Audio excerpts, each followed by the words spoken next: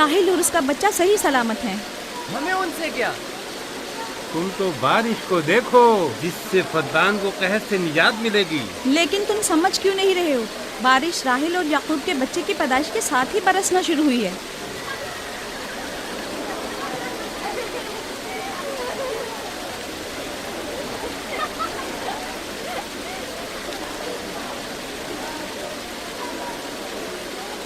तो क्या राहिल और उसका बच्चा सही सलामत है? हाँ, और क्या। देखा तुमने कितना मुबारक और खुशकदम बच्चा है।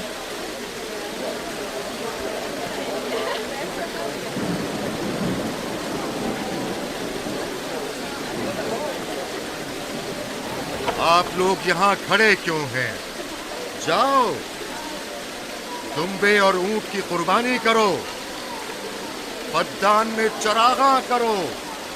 हमें याकूब के खुदा का शुक्रगुजार होना चाहिए कि जिसने आज मेरी बेटी को एक नई जिंदगी बख्शी और फद्दान को कहर से नजात दी।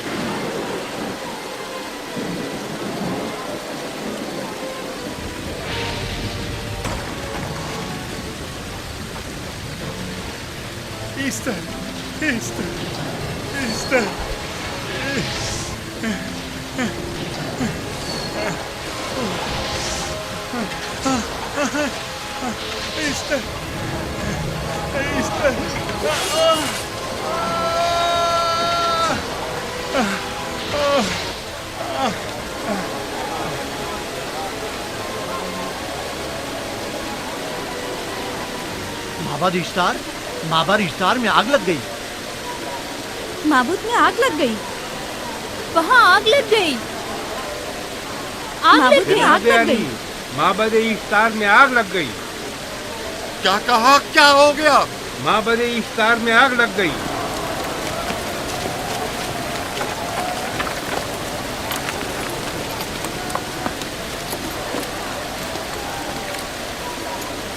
ईस्टर तो कह रही थी कि राहिल और उसका बच्चा मर जाएंगे। ये कैसे हो सकता है? मेरे साथ आओ।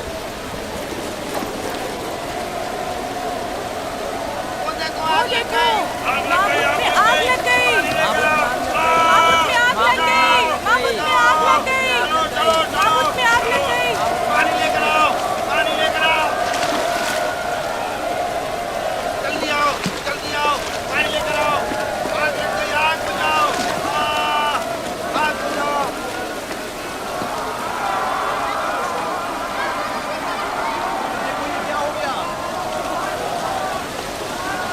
अरे देखो ये क्या हो गया। जल्दी करो, चलो जल्दी करो। चलो जल्दी करो, इसमें पानी डालो। आग बुझाओ, पानी डालो। और लाओ, जल्दी करो, जल्दी आग बुझाओ। जल्दी लाओ, जल्दी। देखो माबूद में आग लग गई। जल्दी से पानी लाओ। बारिश तो तमाम चीजों को शराबूर कर देती है। क्या हो गया? इस आग पर तो बारिश का भी कुछ असर नहीं। अजीब नहीं?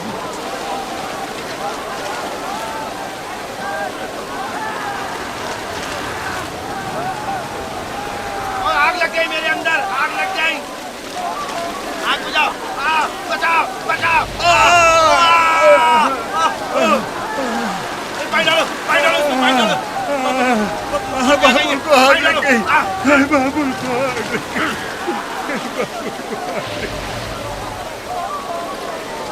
ईस्टर जादूगरनी का क्या हुआ? वो आग के शोलों में घिर कर झुलस गई। मैं उसकी कोई मदद नहीं कर सका। जादूगरनी झुलस गई? जादूगरनी ईस्टर जल गई। तो क्या अब ईस्टर के लिए कुछ नहीं किया जा सकता? जाहिर है वो खुदा तो है नहीं। तो क्या काइन ने माबूद को भी जला देगी? जाहिर है वो कोई खुदाओं में से तो है नहीं। ये था अजीम तवाना इश्तार। खुद वो और उसके काहिन आग में जलते रह गए, लेकिन अपना दिफा भी ना कर सके। ईस्टर तो कह रही थी कि राहिल और उसका बच्चा मर जाएंगे। क्या हुआ? ये तो खुद नाबूद हो गई। चलो जनाब लाबान, कहाँ चले? जा रहा हूँ याकूब के खुदा पर ईमान लाने।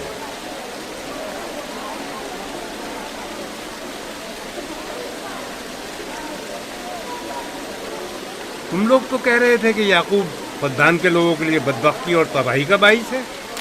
लेकिन इसके बरक्स याकूब का बेटा हमारे लिए खैर और बरकत का जरिया बना। चलो चलो सब लोग चलो, चलो यहाँ से चलो। चलो चले, आओ चलो हम सब चलते हैं। चलो सब लोग चलो। रुक जाओ, कहाँ जा रहे हो? रुक जाओ, अपने अजदाद के आइन का कुछ तो लिहाज करो। माबूद जल रही है, ईस्तार फना हो जाएगा। काहिन आजम जल रहा है, लौट आओ। कहाँ जा रहे हो? माबूद की आग बुझनी चाहिए। ईस्तार को निजात दिलवाओ, माबूद की आग बुझवाओ।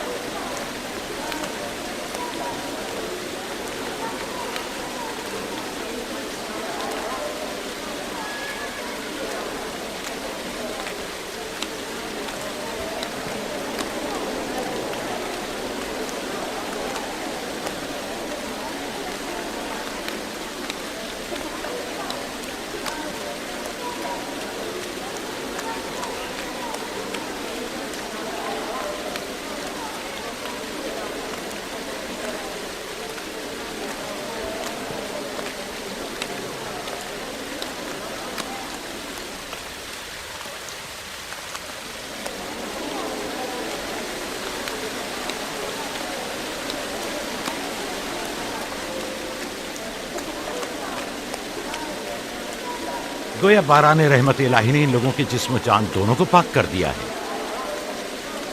आपके बेटे के कदम मुबारक से फद्दान में बारिश हुई है, हमें इसका दीदार नहीं करवाएंगे?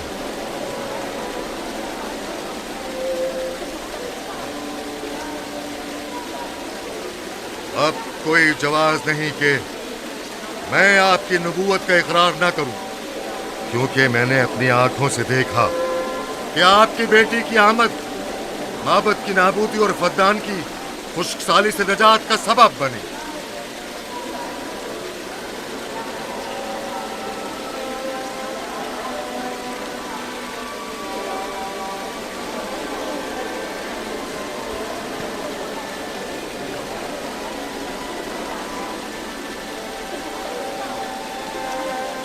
यूसुफ के कदम मुबारक हैं, लेकिन जिसने माबूद इश्तार को नीस्त नाबूद किया और फद्दान पर बारान रहमत नाजिल की, मेरा खुदा है, खुदाबंद यकता।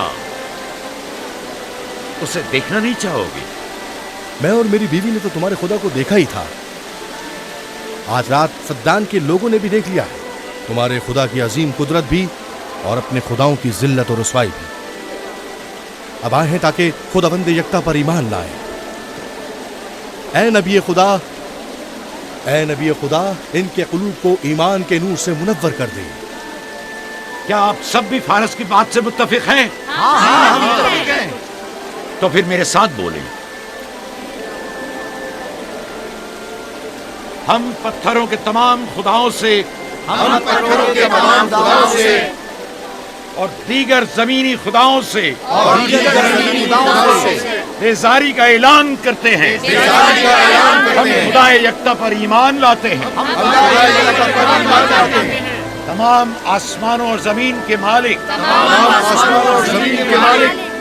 और उसके तमाम पैगंबरों और रसूलों पर ईमान लाते हैं और उनके अहकामात की इताअत करेंगे।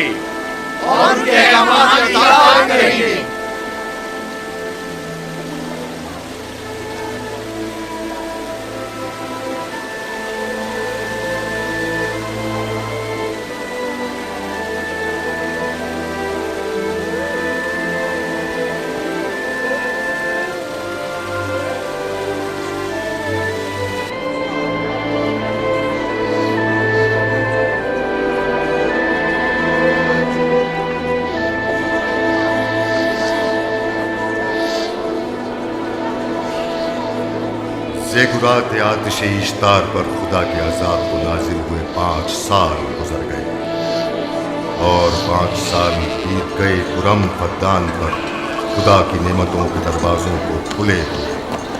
याकूब नबी और उनकी पसंदीदा बीवी यूसुफ की माँ दूसरे बच्चे की आमद के मुंतजिर हैं।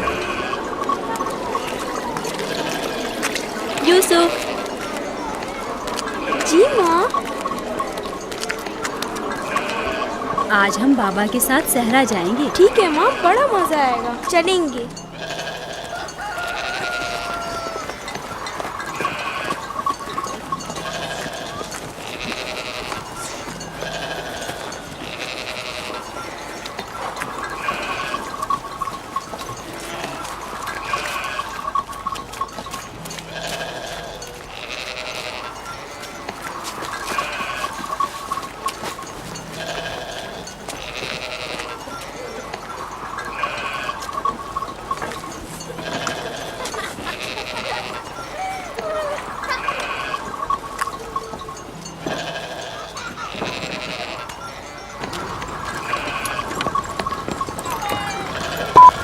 जब तक याकूब से कोई औलाद नहीं थी तब उनकी इतनी पसंदीदा थी, अब तो कहने ही क्या।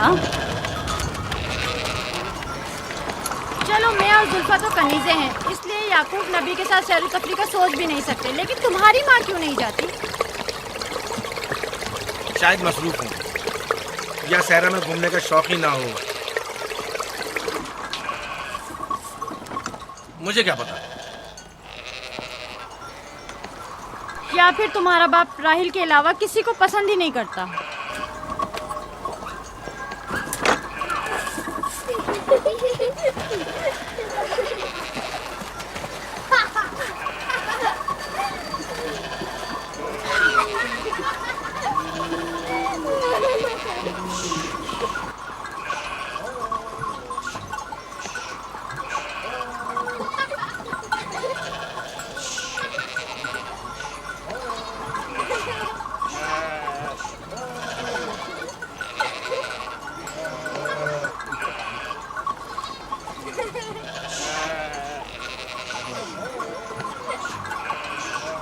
पंद्रह साल पहले हमारी पहली मुलाकात इसी कुएं के पास हुई थी।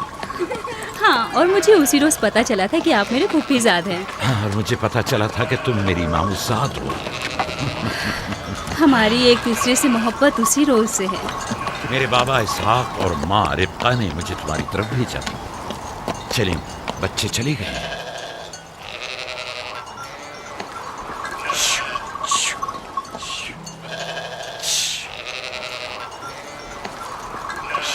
जब मेरे बाबा लाबान को पता चला कि तुम मुझसे शादी के ख्वाहा हो, तो उन्होंने 7 साल तक भेड़ें चराना मेरा महर करार दिया। और मैंने कबूल कर लिया।